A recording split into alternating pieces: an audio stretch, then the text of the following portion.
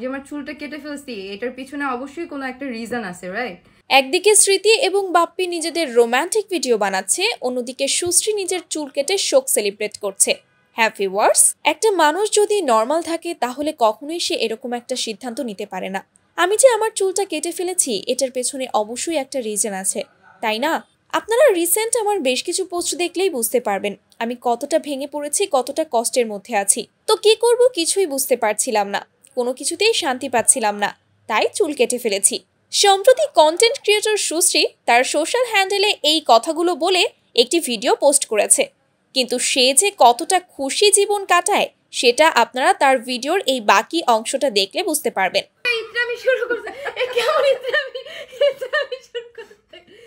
তো বুঝলেন তো, আসলে সে চুল কাটেনি, বরং সে মজা করছে। মূলত স্মৃতি এবং বাপ্পির বিয়ের ভিডিও ভাইরাল হওয়ার পর থেকেই সকলেই সুশ্রীকে নিয়ে টানাটানি করছে, সে নাকি জ্বলে পুড়ে ছারখার হয়ে যাচ্ছে। আর তাই তো দর্শকদের উদ্দেশ্যে এই ছোট্ট মেলোড্রামা করলো সুশ্রী এবং সকলকে খুব ভালো মতোই বুঝিয়ে দিল সে কতটা হ্যাপি এবং বাপ্পিকে নিয়ে সে সব সময়ই ডোন্ট কেয়ার ফিল করে, সে বিয়ে করুক আর যাই করুক। তো ভিউয়ার্স, আশা করি বিষয়টা এখন আপনাদের কাছে ক্লিয়ার। তো বিষয়টা নিয়ে যদি কোনো মন্তব্য করার থাকে কমেন্ট করে জানাতে ভুলবেন না কিন্তু। এগুলো কেমন ফাইজ যাবে চুলের সাথে কি? এখন একটা ইত্রামি শুরু করছে, কেমন ইত্রামি?